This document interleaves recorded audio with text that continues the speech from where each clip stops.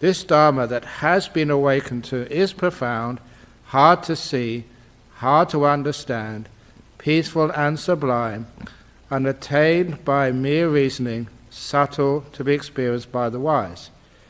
But this generation delights in attachment to a self, not just attachment. This is a core problem, because when it means attachment in Pali, it's always attached to what? And it's to a self. But this generation delights in attachment to a self, takes delight in attachment to a self, and rejoices in attachment to a self. It is hard for such a generation to see this truth, namely the empty process of cause and effect, dependent cessation and origination. Now, before you had specific conditionality, which many people wouldn't understand what the hell that means. But putting a real accurate description of that, it means the empty process of cause and effect. And also I mentioned dependent origination. But it's not just origination, it's dependent origination and cessation. So this is having a translation which is actually putting the meaning which anybody who understood those things in the time of the Buddha would have instinctively understood. Furthermore, it is hard to embrace this truth, namely the stilling and disappearance of the will, the relinquishing of everything that has been acquired, the destruction of wanting, everything fading away, cessation, nibbana.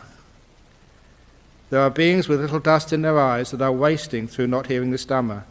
There will be those who will understand this Dhamma. So, it was actually quite fortuitous. Maybe the Devas were messing around today that you saw the first translation, which is the standard version, which you read in the books.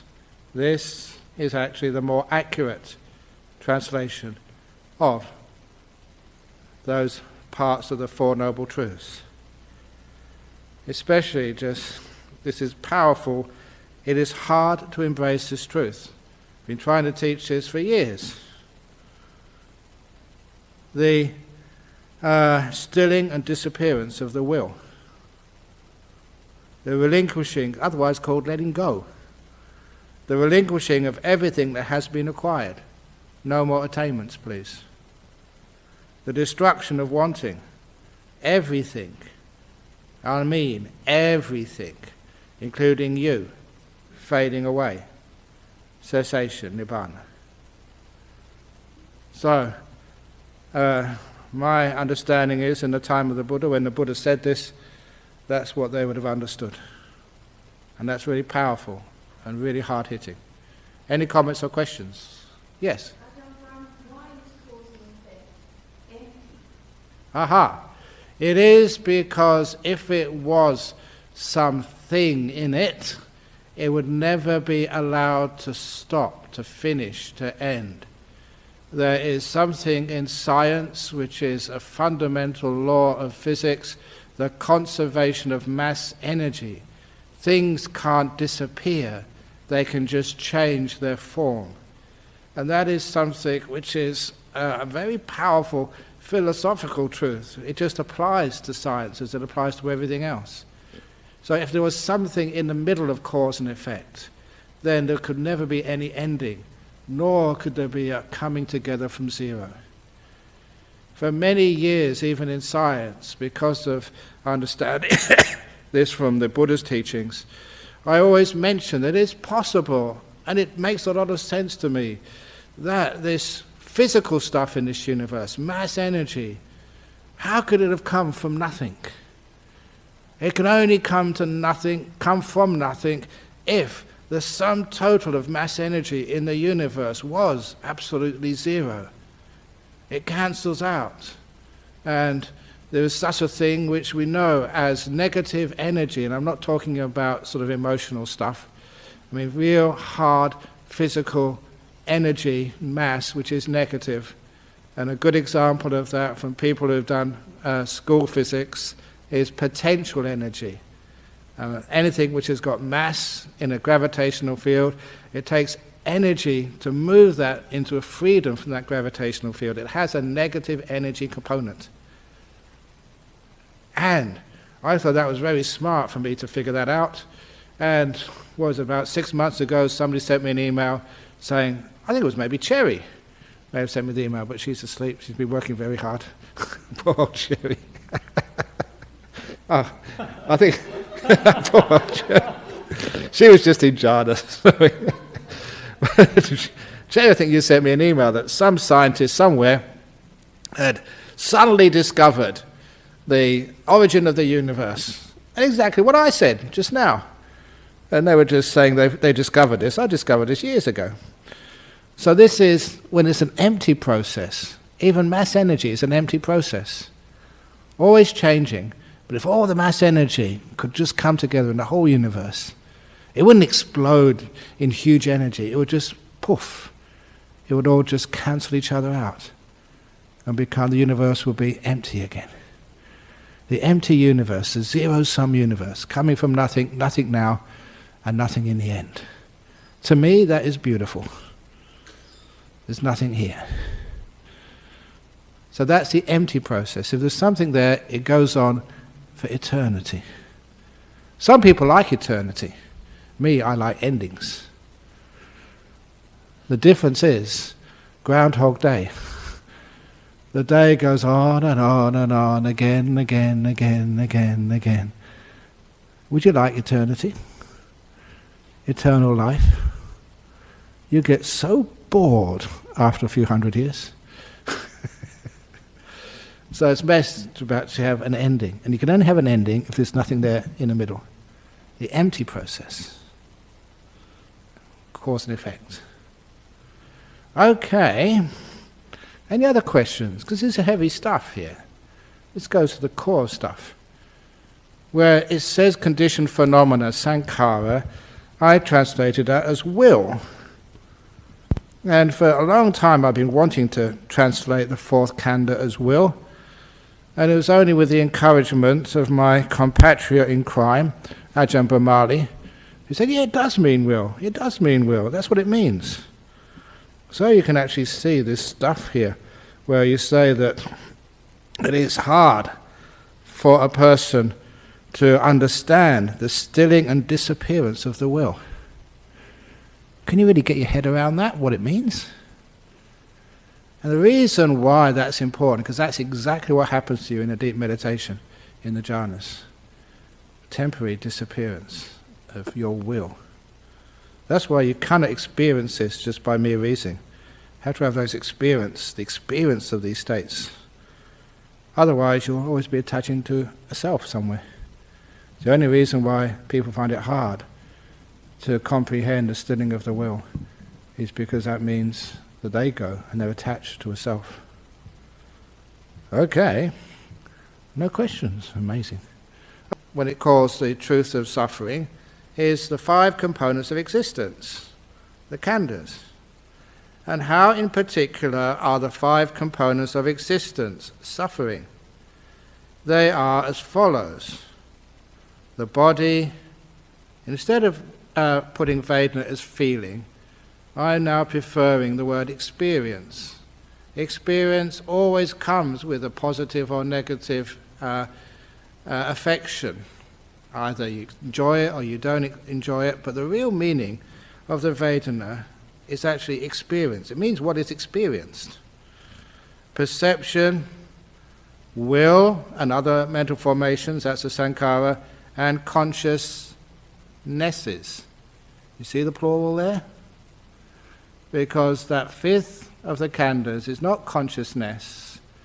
That makes people feel that consciousness is the same as a self or a soul somewhere, and it misses the point that the Buddha pointed out very clearly in these suttas.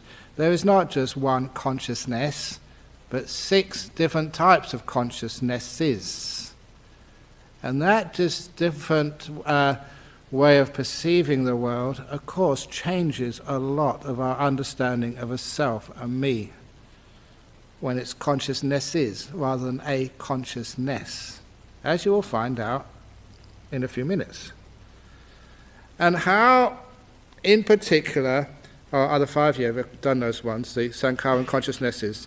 These are the 5 components of existence that are suffering. And that is called the noble truth of suffering.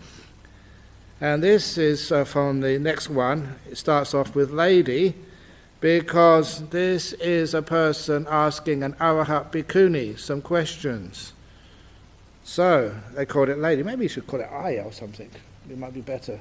Or venerable. It's got lady here. Yeah. This is in the Chulawaitala Sutta. Is that fuel the same as these 5 components of existence, or is the fuel something apart from the 5 components of existence? Because sometimes people start calling the 5 components of existence the upadana kanda, the 5 components of existence subject to attachment or subject to grasping. But it literally does mean the fuel hyphen components of existence. And so what is the upadana, the fuel? Because sometimes the word upadana can mean sort of grasping.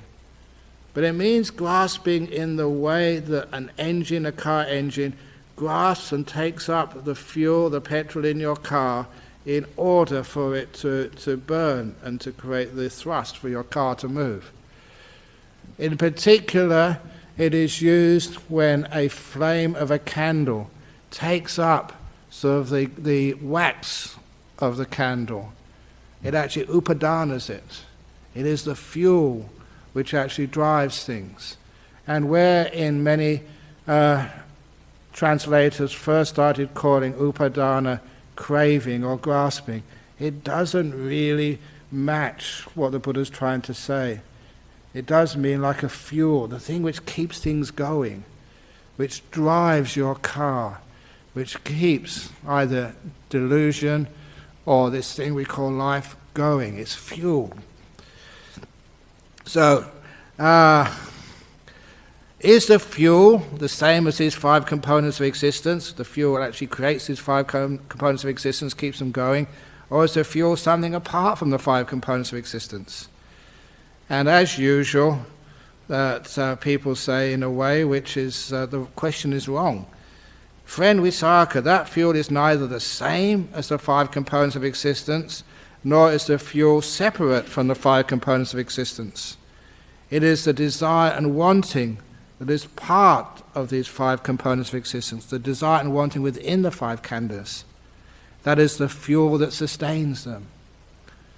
So within those 5 components of existence, there you find the wanting, the desire, the craving, which actually keeps the 5 components going, a self-sustaining process.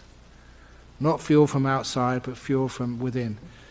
This experience of life you're having now fuels the next experience of life. Now, any kind of body, whatever, whether past, future or present, one's own or others, gross or subtle, inferior or superior, far or near, this is the body component of existence, the first khandha. Because sometimes it's not just human bodies, it's not just animal bodies, it's not just insects. Sometimes there are such things as ghosts and heavenly beings, and some people have seen those. They exist. Even those are what they call fine material bodies. They too are considered to be part of that first khandha. All bodies should be seen as they really are with correct wisdom. Thus, this is not mine. This I am not. This is not my permanent essence. When they say soul, soul has a lot of Christian meanings. And this is not Christianity, this is Buddhism. So a permanent essence is a far better translation of the word atta. Any kind of body whatsoever. This is not mine, this I am not, this is not my permanent essence. Any kind of experience, Vedana, whatever, whether past, future or present, one's own or others, gross or subtle, inferior or superior. The gross experiences which one may have, the painful ones, or the, watching movies, football team wins, or even the very subtle ones like in jhanas, all of those are called the experience component of existence. And all experience should be seen as it really is with correct wisdom. Thus, this is not mine, this I am not, this is not my permanent essence. You are not your experience. You don't even own it. It's totally out of control. Do you have a question? Yeah.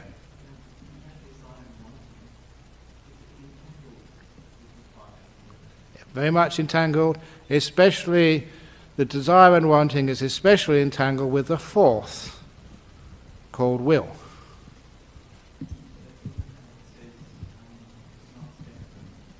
It's not separate, it's within the five components. And suffuse the whole lot is not really an accurate perception of the process, because, as I was going to mention, when I finish with these five khandhas, these five components of existence, you see there's a lot of overlap. These aren't sort of sectioning off, the left, right, above, below, middle. You can't really section off. This is actually interacting. It's taken what we know as life and partitioning it.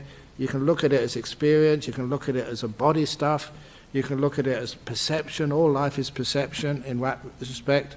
Will, as Schopenhauer used to point out, that is essential. And all consciousnesses. You can put everything into consciousnesses if you wish. But these aren't separate categories. These are overlapping categories.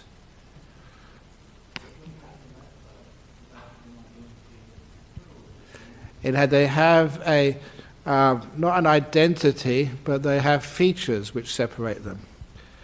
Because you have like consciousnesses. They have something in the six consciousnesses which is so similar they can be bundled into this thing which we call consciousnesses. All the different types of perception which we may have, the different types of experience which we may have. There's always something which is similar to them, like bodies. There's something in your body which you can see similar to, say, a dog's body or a cat. So that's why that we can bundle them into these components. So there's nothing. The most important part here is where it says that these five components of existence, even though they overlap, there's nothing outside of these. There's nothing which you can describe which is outside.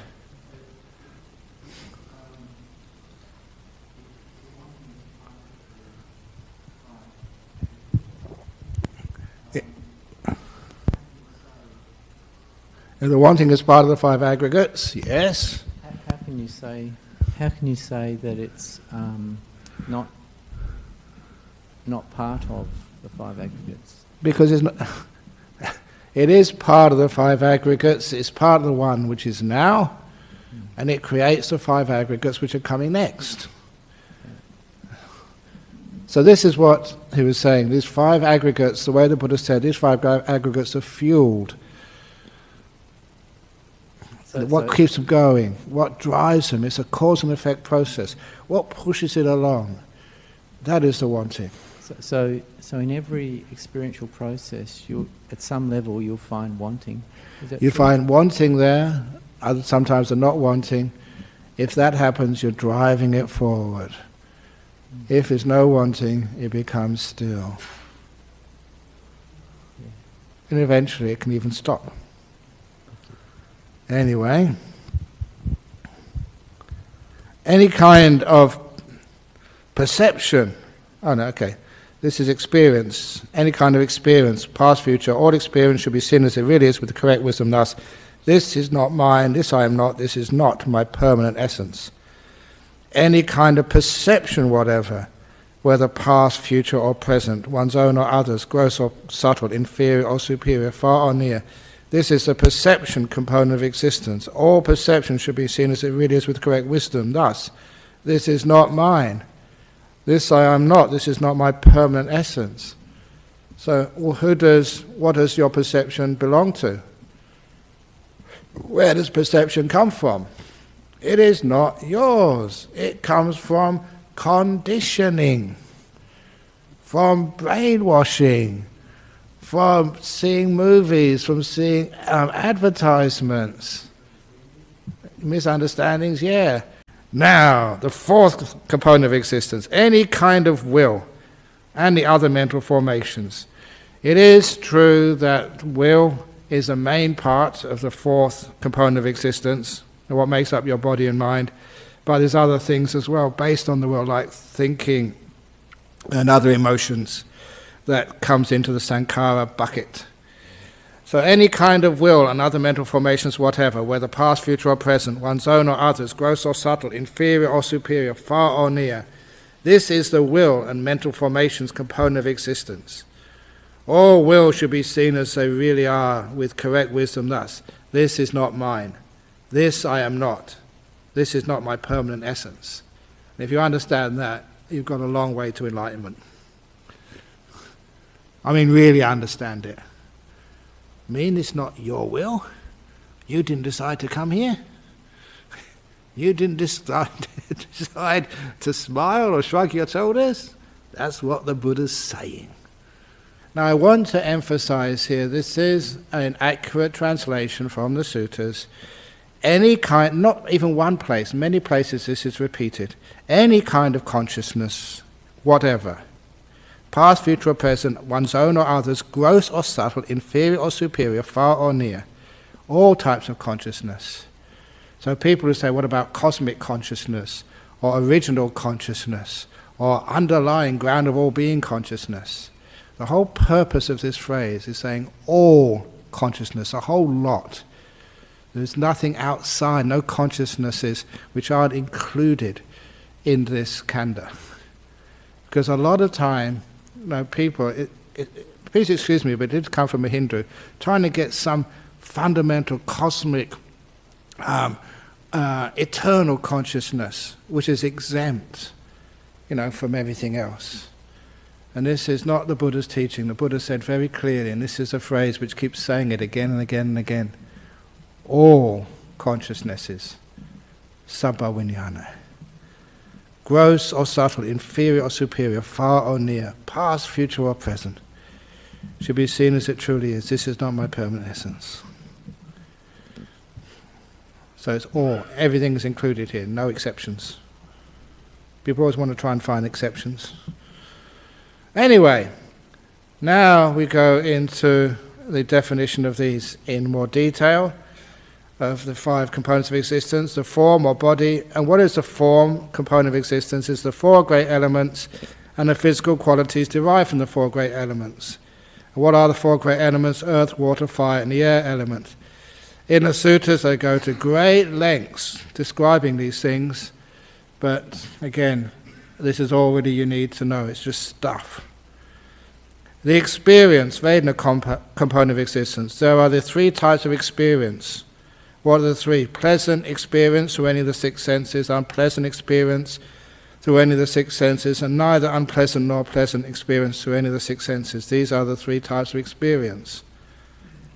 Maybe you might think that's obvious, but it's what's not in there is really important to understand. It's just any experience with the 6 senses. There's not a 7th sense. You can't experience things without any of these 6 senses. It's confined to these 6 senses. And same with perception. There is 6 kinds of perception: sight, sounds, odors, taste, touches, and perception of mental objects.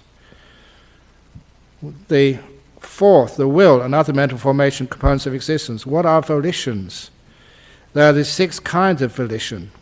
Will regarding sights, regarding sounds, odors, taste, touches, and regarding mental objects. So when we're talking about these 5 components of existence, how do they interact? You can see even here, just whenever there's any perception or experience, then the will often comes up. And lastly, the consciousness component of existence. And what are consciousnesses? There are these 6 kinds of consciousness: sight, hearing, smell, taste, body, and mind consciousnesses, or smell. All different consciousnesses. 6 different animals, all in the zoo of consciousness. So it's not just consciousness, but consciousnesses. If the sense of knowing, the mind, is intact, so your mind, you haven't lost your mind and you're not asleep, but no mind objects come into its range, then there is no manifestation of mind consciousness. If the sense of knowing is intact, mind objects come into its range, but there's no conscious engagement. There's no manifestation of mind objects. But when the sense of knowing is intact, and mind objects come into their range, and there is a constant engagement, then mind consciousness manifests. Mind consciousness isn't sleeping like a cat waiting for a mouse to come into its range. Mind consciousness doesn't even manifest until the mind objects come into the range and there's a manifestation, there's a conscious engagement. And then mind consciousness starts to exist.